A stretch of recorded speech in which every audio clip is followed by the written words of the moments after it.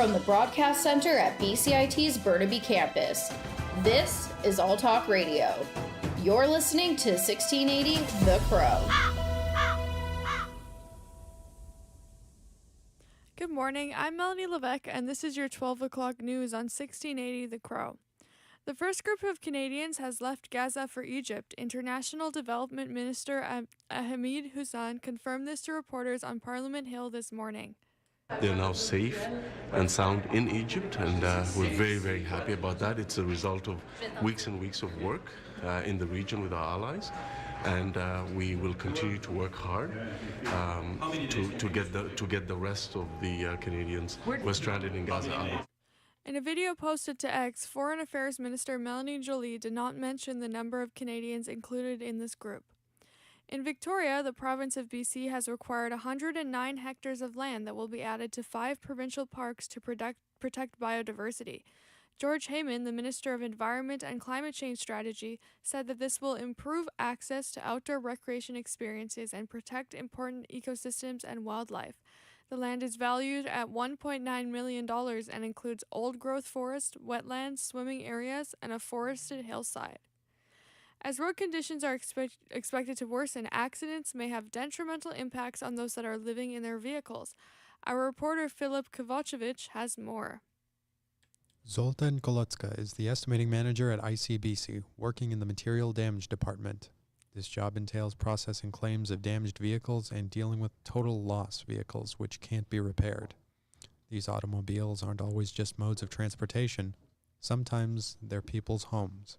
We do have occasionally motorhomes, and some of them are literally some people's homes, so we really have to treat those with a special care, because that is not just a vehicle, but sometimes even a home for these people, said Zoltan.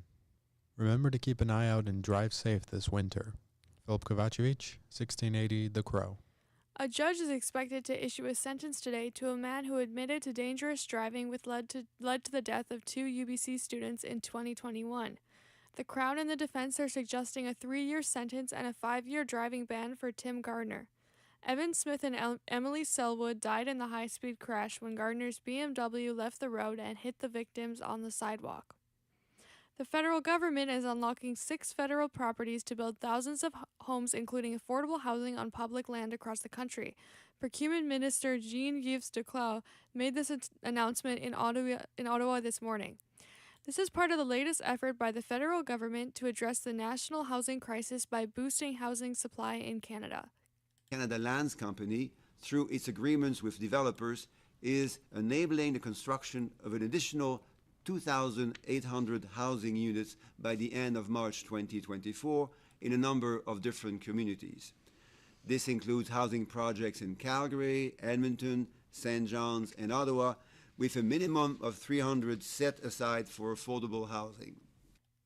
Officials in Surrey have made another large seizure of fireworks a week after seizing $100,000 worth of the products leading up to Halloween. The City of Surrey says bylaw officers' investigations this week led to a seizure of $80,000 worth of fireworks from a property that appeared to be an abandoned home. Bylaw officers say they posed as customers to engage with the sellers, and the owner of the latest seized fireworks may be the same person as the person who owned the fireworks seized last week. On October 30th, the City of Surrey says it seized $100,000 worth of fireworks from a single retail location after conducting online searches for illegal sellers. Also in Surrey, police in Surrey say a man was found dead in a residence over the weekend under suspicious circumstances. Surrey RCMP say they were called to the residence in the 161 block of 110 Avenue on Sunday. Officers found the deceased victim upon arrival and arrested one person who has since been released. Police say Surrey RCMP's Serious Crime Unit has taken over the investigation, and the incident is believed to be isolated and no risk is posed to the public. The City of Vancouver is bringing back Stanley Park's train after some specialized repairs. The train has not been in operation since last year and is expected to be ready for visitors for the park's Bright Nights event taking place December 1st to January 1st. Vancouver Mayor Ken Sims says he wants to thank the local charities and organizations that made the train's return possible. Due to access issues, some Canadians might choose not to seek dental services. Our reporter Jake McGrail has more on the dental care for BCIT students. A recent report from Statistics Canada says that over a third of Canadians didn't go to the dentist at any point in the last year. The most common stated reason why is the cost of a visit. 35% of Canadians don't have dental insurance, which can make the cost of seeing a dentist prohibitive. However, some BCIT students might not be aware that they do have dental coverage.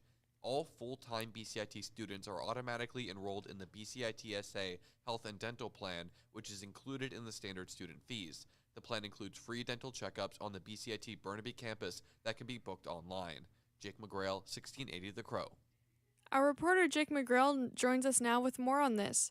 Jake, are there any restrictions when it comes to dental checkups for students on campus? Well, it's only for full-time students, so people only in part-time programs don't qualify for the benefits.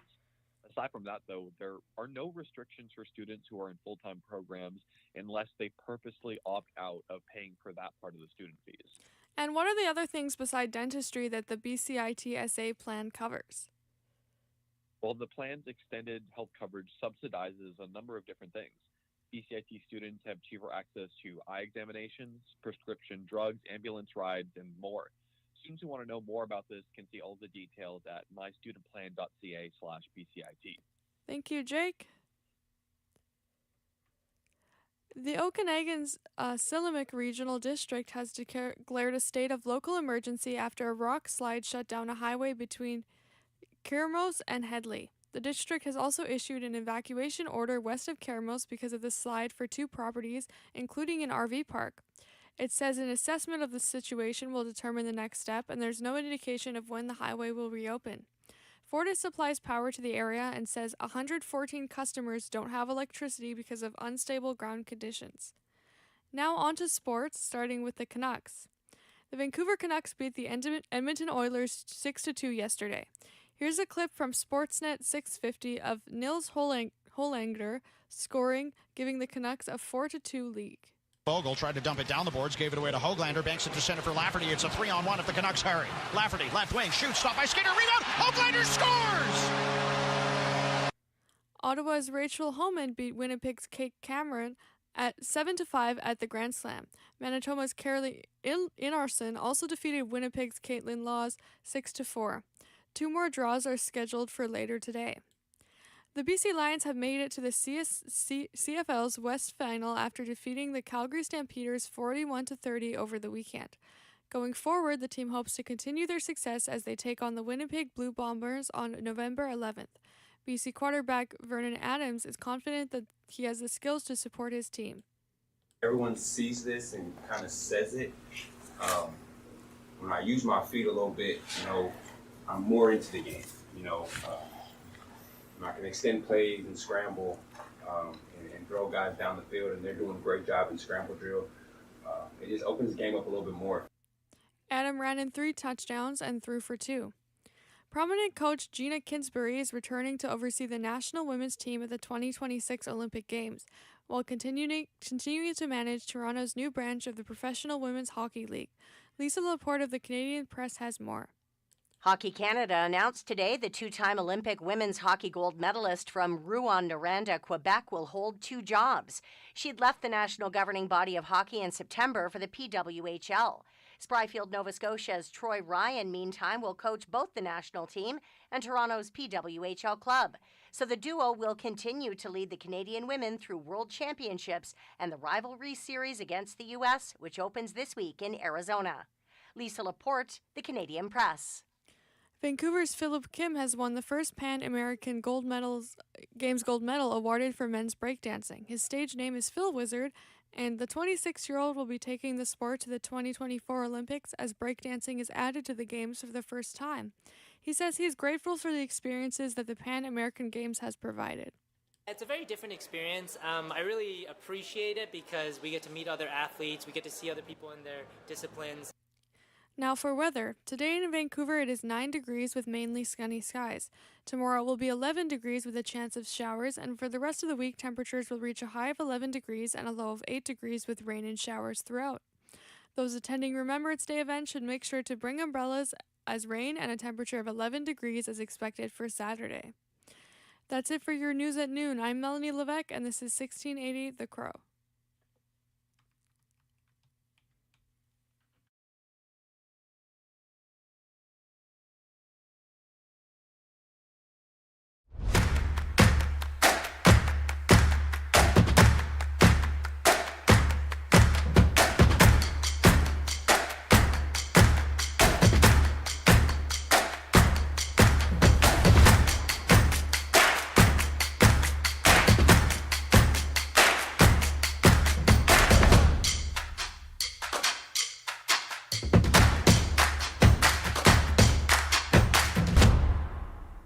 Everything is changing to digital. Everything is online. People aren't just waiting for the 6 o'clock news anymore. People want their news right now. They want to be able to go onto their smartphone, onto the internet, and see the news that they want to see. Vancouver is growing at, a really rapid rate, the Lower Mainland even, and with the tools that we're given here, we're able to cover all of that.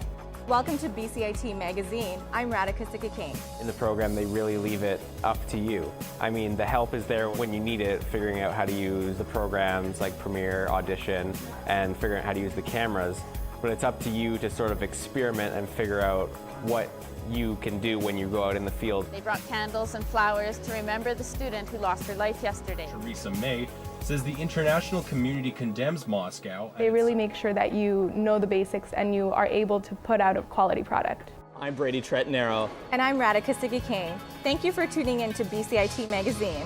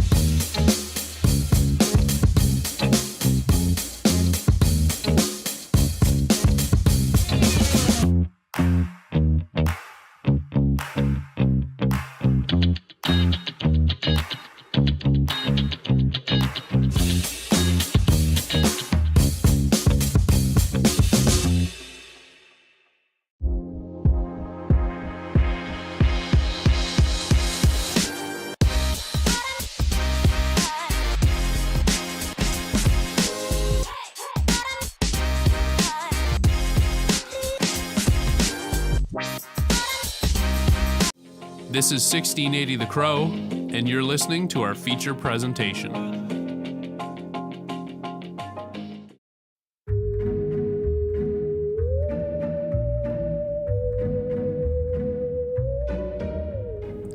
Well, another Halloween season has come and gone. As usual, it's time for spooky activities like carving pumpkins or trick-or-treating, traditions that have stayed relatively the same for over 100 years. Costumes are another popular part of Halloween celebrations, but it's one of the few aspects of the holiday that have progressively changed over time, not only because of what might be trending that year, but also because costume cultural appropriation awareness has given us an understanding that some costumes need to be taken off the table completely. But sometimes the line between culture appropriation and culture appreciation can be fine and foggy.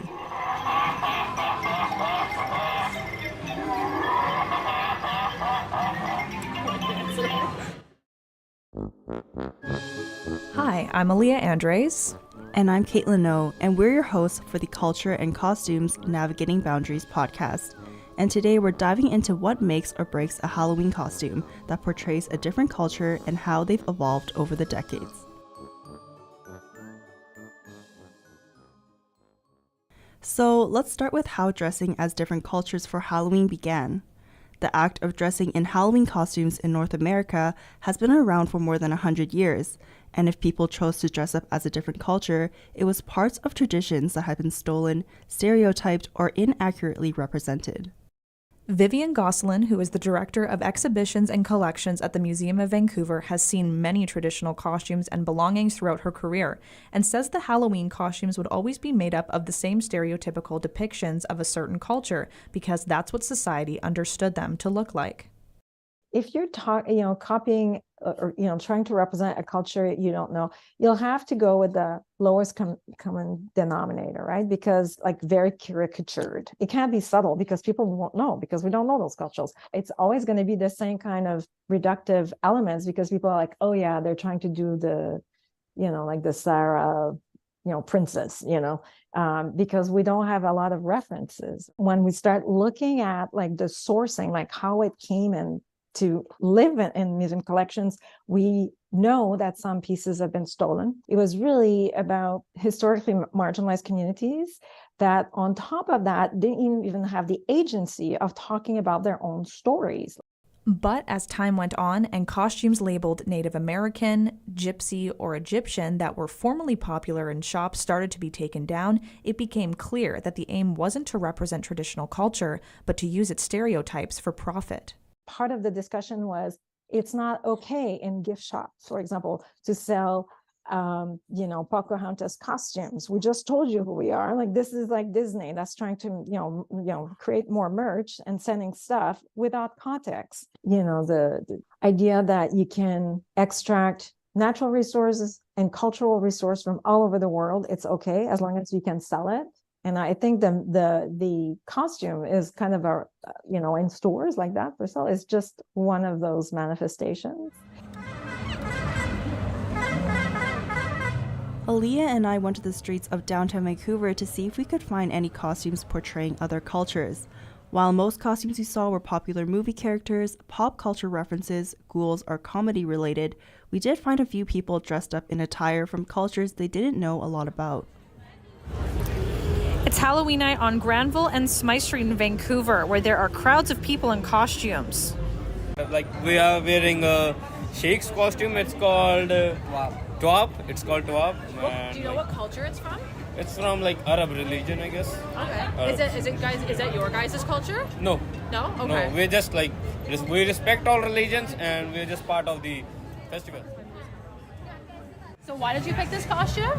It was a last minute one. On Saturday, I was a witch, and then it was a costume that I was supposed to wear today, but I didn't have my hat. What is your makeup on? What are you supposed to be? It's sugar flower. Sugar flower. Yeah. Okay, cool. It's from Mexico. Yeah. Yeah. And it's Dia de los Muertos, I believe. Yeah. Do you know much about it, or was it kind of just Sorry. Yeah. It's more random. Yeah, to come, but I don't know. Yeah. As we just heard, one person we talked to in downtown was wearing a costume of what she called a sugar flower. This is part of Mexican culture that is derived from the Day of the Dead celebration. we asked Lily Carvalho, the executive director of the Vancouver Latin American Cultural Center, about if it's ever appropriate to dress up as another culture as a Halloween costume. That's a tough one. I think that, of course, everything is in the intention you put on it, but because you are out there in your costume, people will know if you are celebrating or mocking. And so that's why we should be careful. Your intention won't be clear when you choose your costume. So you really should, think twice. So from what Lily just mentioned about thinking twice about a certain costume, that seems to be sticking with people. Owner Maureen Q from Disguise the Limit Costume Rentals in Victoria says the interest in costumes from different cultures have considerably gone down in popularity. Absolutely renting less or none. People are unsure or they're just not comfortable not knowing if it's appropriate or not. So they just don't. So wouldn't be doing, any tiger lilies. Aladdin still, there's certain costumes that people don't associate necessarily with a culture. They associate with a childhood love of a character. So yeah, I think it's great that the conversations are happening, but definitely people are staying away from any ones that have a strong cultural reference that is not their own. I think it was something probably every little kid has done at some point growing up, where they'll want to dress up as a character like Disney's Jasmine or another character from a beloved movie or person from history. But Aaliyah and I were having this discussion when researching for this project about if we should be giving a pass to children when it comes to character costumes from different cultures. This is what Vivian and Lily had to say. I think it's okay not to have those costumes as a choice. You can be, a plumber, like a princess, but it doesn't have to be that specific person from that specific place. If Pocahontas is not okay, I think it's not okay without understanding more context. I know it sounds maybe a little, it may seem a bit harsh in some ways, but I think there are different ways of exposing kids to different cultures. I think at one point it will go. I'm pretty sure people will start looking into it and say, there's so many other costume ideas. Like, people lack imagination. There's just so much stuff we can do, right? That's not about representing people we don't know. Like, I cringe when I think that I dress as an indigenous person when I was a little kid back in Brazil, which was considered totally fine. And now there is a new, better developed thought around that you shouldn't do that. So, what conclusions have we come to after talking to different experts and researching this topic? Can we definitively say what kinds of cultural costumes are okay and the ones that are not? It seems to be a couple of things in combination, but I think Lily does a really great job at summing it up with this quote. You should do your own homework, and so try to learn more about other cultures. Be on the safe side of things and dress like a couple of friends of mine dress as a peanut butter and jelly sandwich. That won't have any cultural problem. And so if you can be creative in a way that you're not going to be risking offending someone, why not? That's all the time we have for today. Thank you for joining us for Culture and Costumes Navigating Boundaries. My name is Caitlin No. And I'm Aaliyah Andres. Look out for more episodes created by our students at BCIT Journalism and 1680 The Crow.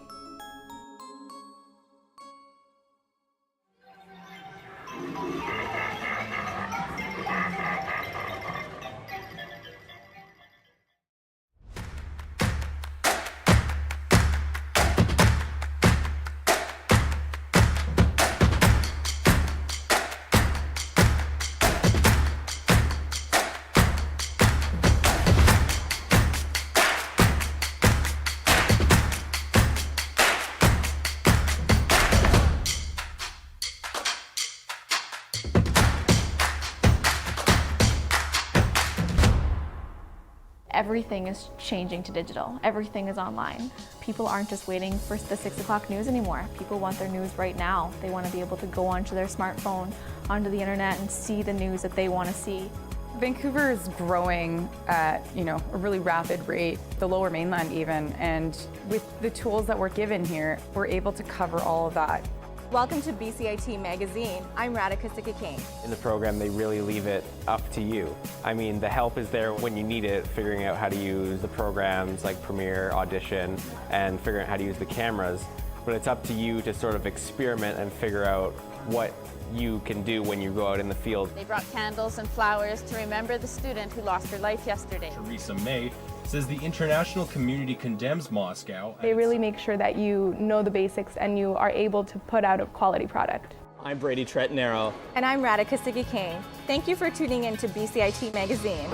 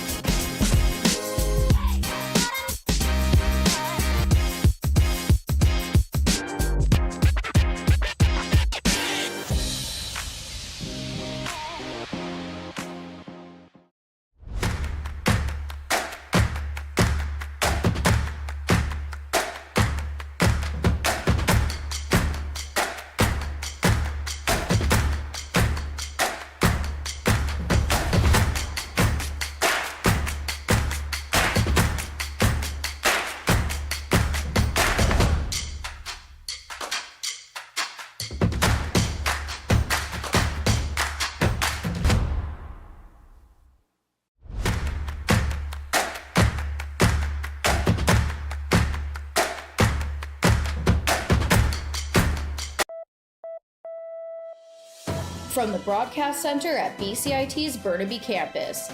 This is All Talk Radio. You're listening to 1680 The Crow. Good morning. Thank you for tuning in to 1680 The Crow. I'm Jocelyn Chappelle with your 2:30 p.m. news headlines. Surrey police are looking into a reported mob attack on a soccer pitch in Surrey. BCIT reporter Jay Rajlali has more on what led to the current investigation. In a shocking incident at Newton Athletic Park on Saturday night, a mob of South Asian men stormed the soccer field, assaulting players from a Latin American team in a Metro Vancouver Soccer League game. The violence erupted following a foul during the match. A witness described the scene as one of the worst things they've ever witnessed, with individuals throwing punches and a full-blown brawl unfolding. Approximately 15 men aged 20 to 35 who were not part of the teams joined the melee. Police, including officers from the Surrey Police Service and Surrey RCMP, responded to the scene, but no arrests have been made yet. The investigation is ongoing, with authorities reviewing surveillance footage to figure out the circumstances leading to the assault. The incident left players and spectators, including women, children, and the elderly, in a state of shock and fear. Jag Rajlali, 1680, The Crow. The Montreal Police Department is investigating overnight fire bombings at 2 Jewish institutions in the Montreal suburb of Dollard-des-Ormeaux. There was minor damage to the front door of a synagogue and the back door of another nearby building that houses a Jewish organization. Montreal police have not confirmed a motive for the fire bombings. Police have recorded 38 reports of hate crimes and other incidents targeting the Montreal Jewish community between October 7th and October 25th. The Canadian Dental Association recommends that most people should go to the dentist every 6 months. That's not possible financially for many Canadians. However, our reporter Jake McGrail shares how BCIT students do have access to dental services. A recent report from Statistics Canada says that over a third of Canadians didn't go to the dentist at any point in the last year. The most common stated reason why is the cost of a visit.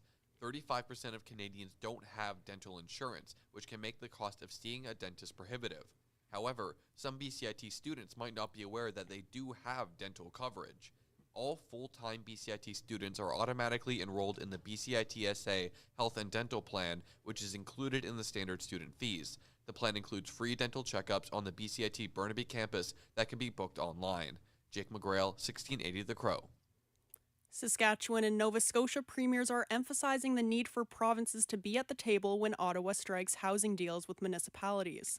The two premiers discussed their objections to what they see as an end run by the federal government during a news conference today in Nova Scotia, noting that provincial leaders would like to ensure there is a fair and honest relationship when approaching issues such as carbon pricing and housing. A paper in a prominent medical journal says an Alberta government report that influenced safe drug consumption is so badly flawed it's harming people and should be withdrawn.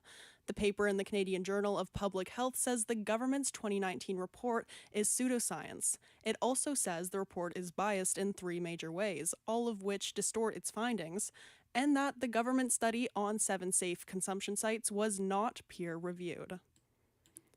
As many as 25 Canadians have left the Gaza Strip for Egypt. International Development Minister Ahmed Hassan confirmed the news to reporters on Parliament Hill this morning. Here is the Canadian press with audio of the announcement.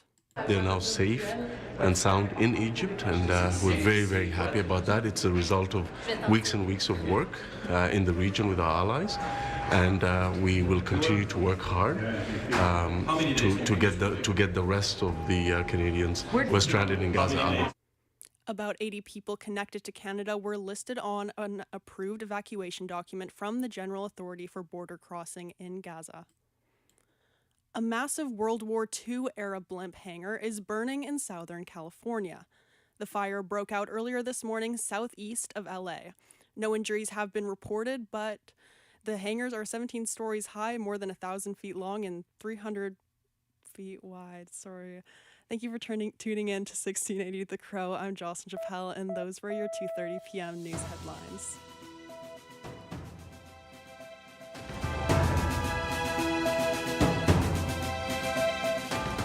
Stay tuned for more on BCIT's 1680 The Crow.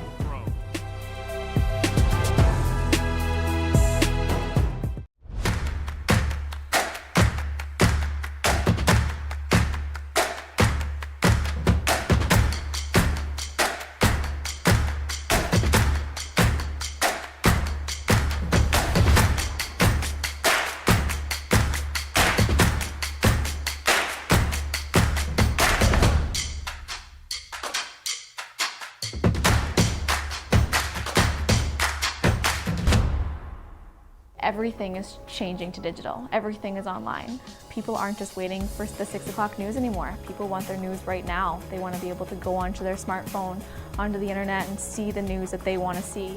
Vancouver is growing at, a really rapid rate, the Lower Mainland even, and with the tools that we're given here, we're able to cover all of that. Welcome to BCIT Magazine. I'm Radhika Sikakane. In the program, they really leave it up to you.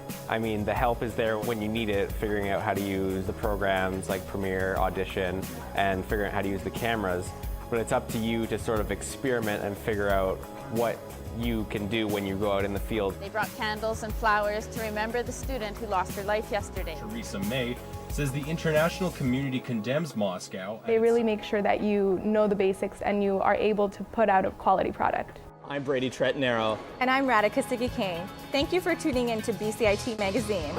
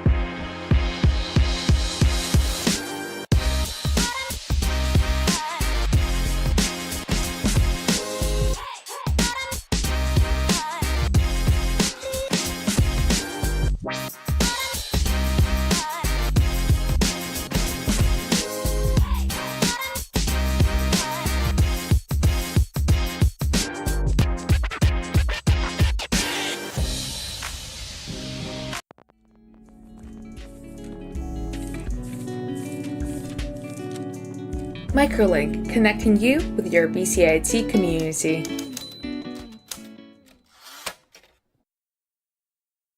Hello everybody, my name is Tatiana Yakovleva and welcome to the first episode of Microlink for the fall term. I'm excited to be back. This episode has a lot in store for us, But first, I would like to acknowledge that the land on which BCIT's main campuses are located is the traditional and unceded territory of the Coast Salish peoples, specifically the shared traditional territories of the Tsleil-Waututh, Musqueam, and Squamish First Nations. To start us off, I sat down with Celine Loriot, the president of the Student Association, to talk about the new executive board, what their visions are, and what's next for us. Celine, why don't you introduce yourself? So my name is Celine. I am the president of the BCIT SA and a nursing student at BCIT. That's awesome. And with so many BCIT students, it's never just being a student. Everyone does so much, right?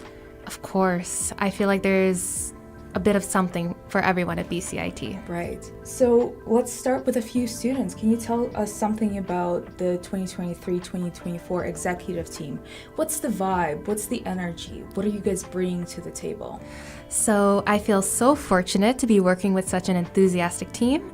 So please don't mind if I rave about some of them. Charlene, the chair of health sciences, is a fellow classmate and nursing student like me. She's an avid runner and hiker. Also, she is pursuing her neonatal specialty.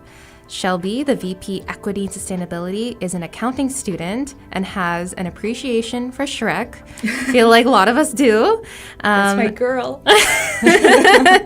And her cat named Kevin. Simran, the chair of Business and Media, is an international student who has a bachelor's in French from India. Also, she keeps students safe as a security guard at BCIT. Abdul is studying architecture and building technology. He likes sports and cars, but only the fast ones. Justin is the chair of computing and academic studies. He is in the computer systems technology program and the voice of Raisin Crane in the Strawberry Shortcake series and volunteers at RAPS Cat Sanctuary in Richmond once a week. Daniel, the chair of specialized transport, is studying aircraft maintenance engineering. He is also serving Canada in the armed forces. Oh my gosh. Yeah, very dedicated.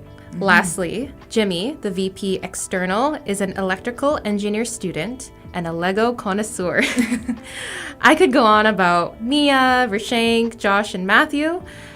And if I did, we'd probably be here for a couple hours. That's fair. We did hear from Mia and Vershank and a lot of the returning execs already. If you haven't checked out the previous interviews, I strongly recommend to doing so.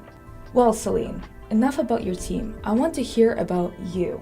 What do you bring to the executive team as the president? As I mentioned, I am a nursing student in my final year, so I've really honed how to stay calm under pressure and how to think critically. Before this role, I served as the BCIT SA Chair of Health Sciences, and based on that, I know how it feels to be new at the SA. Therefore, I really try my best to set up my executives for success by regularly checking in, acting as a soundboard for new ideas, and encouraging self-care in work-life balance. I firmly believe that the president should share power, and leadership is best when it's collaborative. My priority is that students should feel seen, heard, and valued. It's not about being president that motivates me, it is serving the SA mandate of enhancing student life. Can you briefly touch on what enhancing student life means to you? So, enhancing student life is really listening to the students and delivering on what their current needs are. One of these mission projects that I'm working on is supporting students' mental health and awareness at BCIT. I plan on continuing with my Campus Convos events, which are mental health workshops with guest speakers shared over a meal at small round tables. This was actually a shared initiative with Josh Liu, the VP Student Experience that we started last year. So I'm definitely excited to continue with this initiative.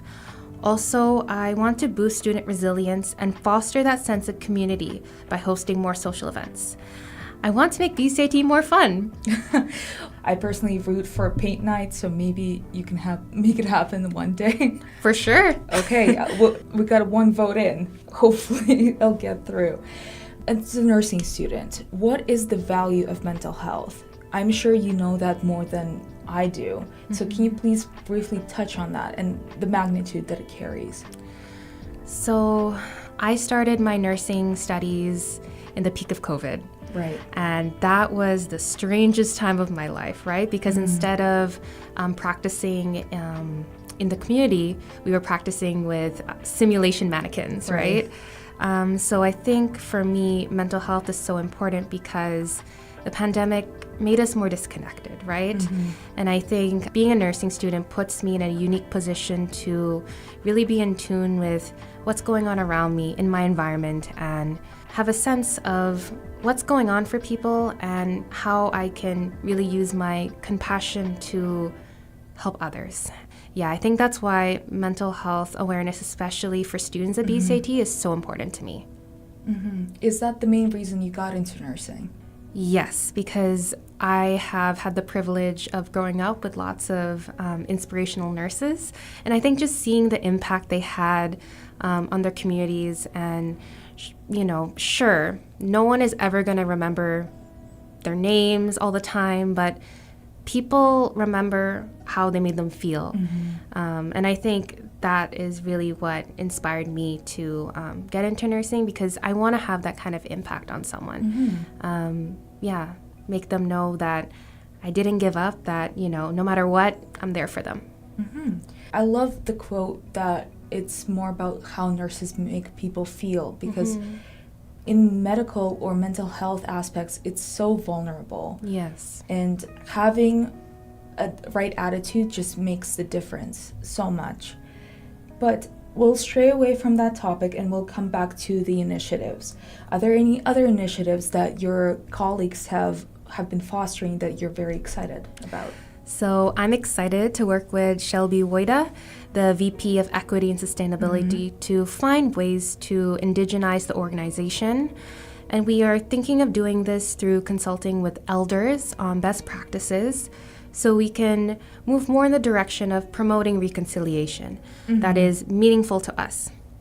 We hope to achieve this through education and events in collaboration with community partners at BCIT. Mia Boo, the VP of Finance and Administration, plans on continuing her free tax clinic for students. It was very popular and successful last year. I think this is an excellent initiative, as tax time can be stressful for students, and it allows student volunteers to practice their tax skills. Vershank Prabhu, the chair of Energy, is leading the SETREP committee, which is focused on improving the SETREP program for everyone. And actually, many executives are interested in finding ways to just make it that better experience. And lastly, Justin Saint, the chair of Computing and Academic Studies, plans to continue hosting the annual QDS Hackathon, where teams work together to create solutions to an industry problem. And the winners get prizes and chances to connect with the judges, who are potential employers. Ooh, lots of fun stuff happening. So you mentioned the tax clinic, correct? And I personally can vouch that I volunteered for it last year. Honestly, an amazing experience for those who go there and volunteer there as well. But speaking of taxes and the economy, as you know, that the current economy is not very favorable with the interest rates rising, and it has affected everyone. Currently, there was a referendum last year regarding finances. So how does BCIT Student Association operate in a deficit? And how do you choose your priorities when it comes to limited funds? Because everything has a limited fund. We cannot... Of course. Unfortunately, we would love to have unlimited funds, but that's not realistic. So how do you set your priorities in this situation? It's true that we are in a deficit, and we have chosen not to cut back services to students. Hosting successful events requires thoughtful planning and buy-in from the team.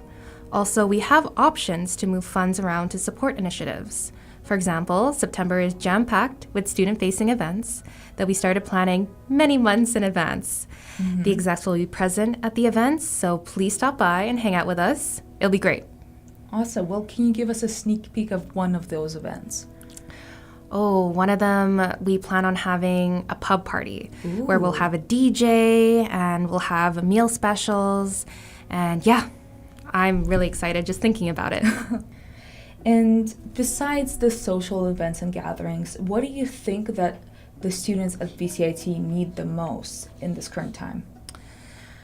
It isn't easy being a student. Affordability is huge, and we know students need to feel supported during their academic journey, and there are numerous negative impacts from the rising cost of parking, housing, food, education, and textbooks. The list goes on. I see it every day with my classmates, many of whom have to work longer hours or take additional jobs just to make ends meet. Right. Additionally, mental health challenges continue to be prevalent, and no student should have to face this alone without adequate support. The SA is here to help, and will keep pushing BCIT and the government to step up even more. And what does stepping up mean for you in this case? So stepping up means really addressing these needs and being there for students. We opened a food pantry and we secured student support as a BCIT SA community for increased investments in this program over the coming year. Most importantly, we are constantly advocating to BCIT and the government around parking affordability, student aid, better regulation of international tuition, and increased mental health support. And as far as I understand, that's the responsibility of VP External to lobby for those things. Correct. I know that's not your role, but can you briefly give us a sentence or two to summarize what your colleague does? So Jimmy, the VP External, he goes on lobby trips with the government relations strategist Stuart. And in those trips, they are purposeful trips where they advocate for students in meetings with government officials. I'm sure it's very tiring to do so, but I appreciate Jimmy doing that on our behalf. We'll get to the nitty-gritty part. I've heard some rumors that some students feel there is a disconnect between the student association and the students themselves. Do you think that is the case? We can always do better. And this is top of mind during my presidency. Students connect with us for appointments with advocacy specialists for support with wellness and navigating BCIT educational policies. Also, students enjoy connecting with career specialists as they help give them that extra boost that they need in their careers and connect them with employers at career fairs. We form a council with student representatives across all schools and campuses. Therefore, I strive to find ways to motivate students to join, especially where students can directly have their say and shape the direction of the SA. BCIT attends student consultations with us throughout the year, so this is a great way to let them know what challenges and suggestions you have. And for want students to get involved and to really voice their opinions, how can they do that? I believe, as far as I know, anyone can sit on the council meetings. Is that correct? That is correct. Everyone is welcome. We have food. And yeah, it's one of the best ways to stay in the know in what's happening in the student community. SA itself, there was a 5-year plan called Raising the Bar. What does that mean to you specifically, Celine? Raising the bar means putting in the work to match words to action. For instance, we want to engage with more students by having more student-facing events throughout the year. Doing so will increase our presence at BCIT and student engagement at times such as the AGM and elections. Our new strategic plan will require everyone to work together in January to determine how we move forward into the future to enhance student life. And what do you hope will be accomplished by 2024 with this plan? I hope that students will be able to see our presence and feel that we are here to support them. Is there anything else you'd like to say to the BCIT students listening today? At the BCIT SA, you choose how you want to be involved. You can join one of our 40-plus clubs, attend Kickstart and Welcome Back events, sign up as a set rep or counselor, or go to our website to learn about all the great services we offer. Please reach out to us if you have questions or concerns and send us your ideas. We are an inclusive and welcoming organization, pet-friendly too. That is true. I've seen so many cute doggies running around. But I personally lobby for more cats. I'm a cat person. We need more cats. Yes. Unfortunately, you can't tell them where to go, so that's probably the only hiccup. But to end things off on a maybe slightly lighter note, do you have any advice for upcoming students? A lot of people are starting in September. What do you think a new student at BCIT should know? At BCIT, there are so many people that would like to help you and so many resources here. And no one is ever going to turn you away if you say you're not okay. And yeah, we are a supportive community and we really want to see our students thrive. I think it takes effort to reach out, which is why there might be a sort of barrier when it comes to it. But I can say from personal experience, it is worth it. If there is anything, an issue going on, and even if it's not really related to student life, you can always find resources. I personally encourage every listener to really reach out to people. We're only an email away, really, so. Yeah. And you can book appointments with Celine and other executives as well. Can you tell us a little bit about that?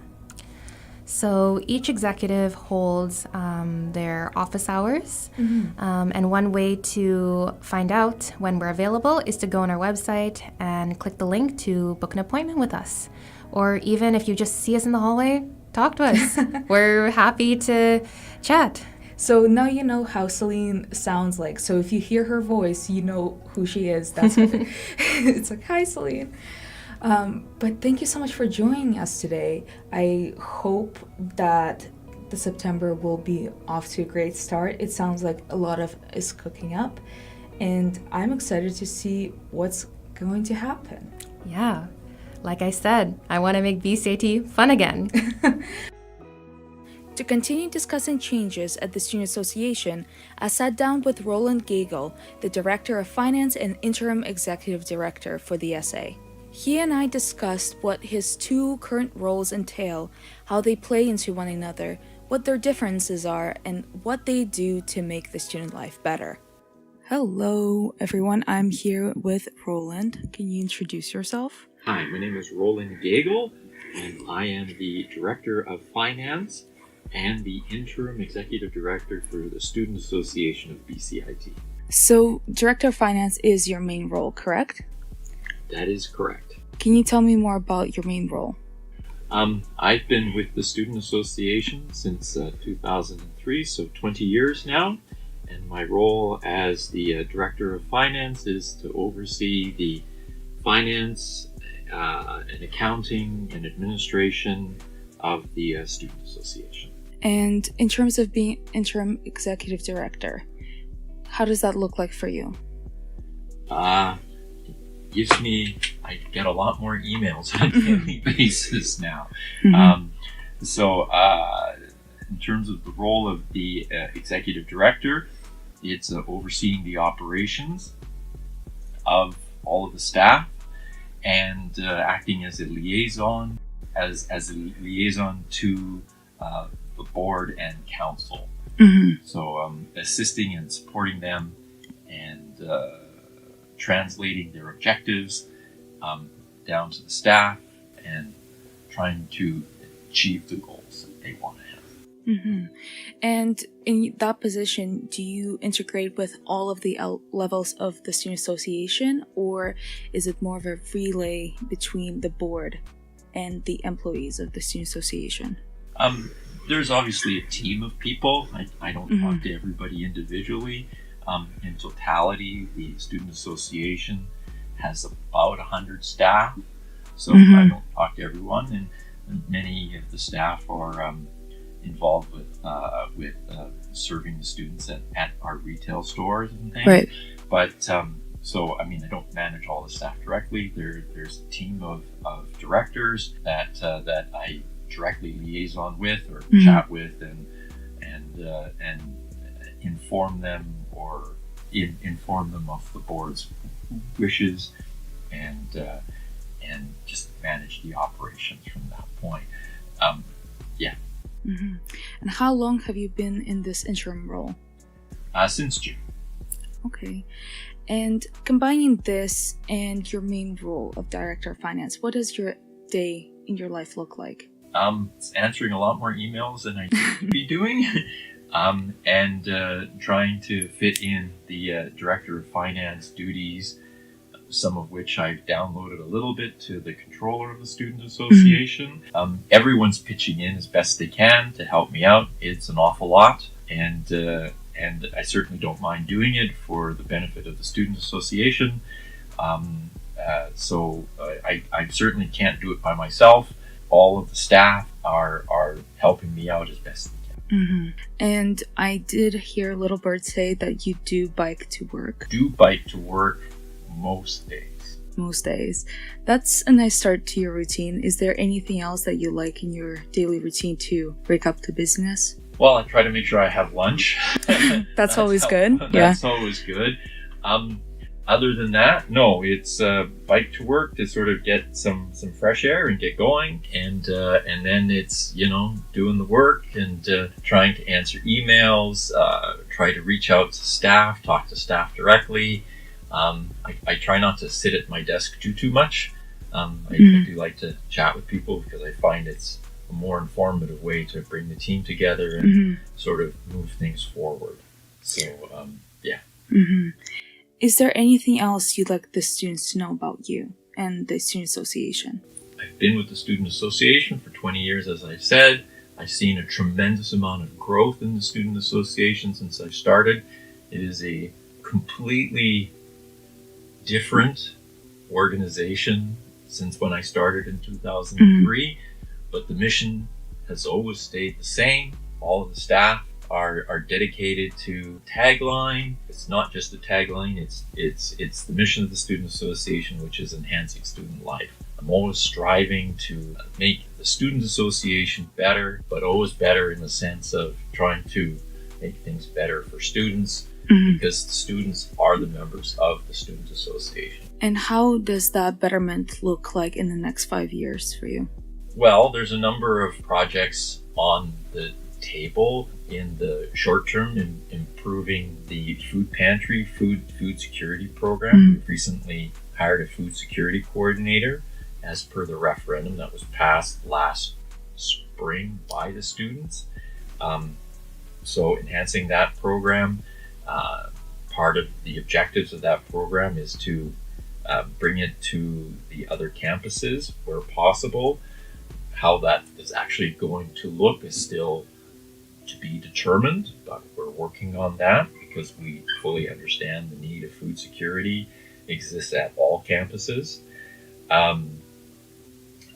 We're still working on with BCIT to determine where additional space for the Student Association could be on campus. That is part of the mandate of the Student Association. And so that's still in the works. It's taking a little longer than we anticipated, just because of the complexity of the negotiations with BCIT and the need to find the space and then to pay for it. We are collecting a new building fee to facilitate the building of a new space or acquiring a new space, however that may be, and there's just a lot. It's a complex thing, so we're still working on that. And then just in general, just trying to strive that all of our services are a little bit better every year, and make the delivery of services to students more efficient, more effective, and of more value to students. And you talked about the consequences of the referendum. Is there any other ripple effect that students may not notice in their daily life? With respect to the food security program, we brought that forward. It was brought forward by council to the students, and they voted in a positive manner to increase the fee as it relates specifically to the food security program, and now we're just rolling that out. the ripple effect there is just to be of benefit to students because the students found that to be of value. I can't really think of any other ripple effects. It's just all in the package or mandate to enhance student life. And I talked to Celine about involving more student events. Is that something you're currently working on, or is it something that you don't oversee as much? I am certainly working on it, not directly, but the council and the board has communicated that wish to me to have more actual student life on campus in terms of events, and I've communicated that to the other staff, and we are working on that. So, for instance, we did have the party at the pub on September 22nd, which was quite successful, and we've heard from students that they enjoyed that very much, and that seemed to go well. And we're in the process of planning another party for Halloween, and probably another kind of a party at the end of November. And we intend to continue planning more events, both bigger events and smaller events, to provide more life on campus. What was some of the feedback that you received from the students during the Habitat Pub Party? Generally positive. They all seem to have a good time. There was some pickup on the Uber rides that we provided to students for the night of the party. We intend to do that again. With respect to the Halloween party, it was generally well received, and everything went reasonably smoothly. There weren't really any major hiccups as far as I'm aware. So it was generally positive. We're just trying for the Halloween party to expand it a little bit and make it an even bigger event. I'm not going to share any details because that's going to come out in the next week or two, the details as it relates to that. But we're just trying to make the next party bigger and better, more fun. Will you dress up? Will I dress up? I hadn't thought about that yet. That's fair enough. Thank you so much for your time. You're welcome.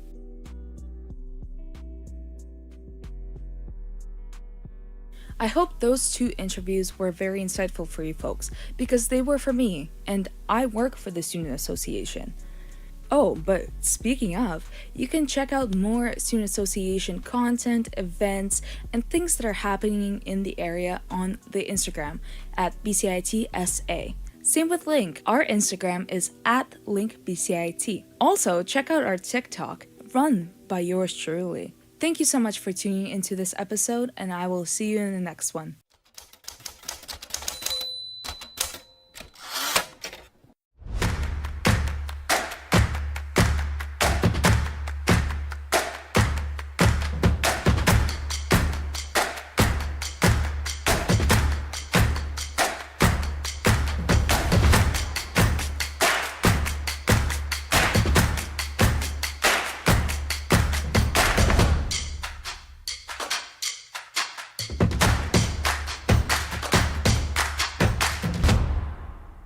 Everything is changing to digital. Everything is online. People aren't just waiting for the 6 o'clock news anymore. People want their news right now. They want to be able to go onto their smartphone, onto the internet, and see the news that they want to see. Vancouver is growing at, a really rapid rate, the Lower Mainland even, and with the tools that we're given here, we're able to cover all of that. Welcome to BCIT Magazine. I'm Radhika Sikakane. In the program, they really leave it up to you. I mean, the help is there when you need it, figuring out how to use the programs like Premiere, Audition, and figuring out how to use the cameras. But it's up to you to sort of experiment and figure out what you can do when you go out in the field. They brought candles and flowers to remember the student who lost her life yesterday. Theresa May says the international community condemns Moscow. They really make sure that you know the basics and you are able to put out a quality product. I'm Brady Tretanero. And I'm Radhika Siggi-Kane. Thank you for tuning in to BCIT Magazine.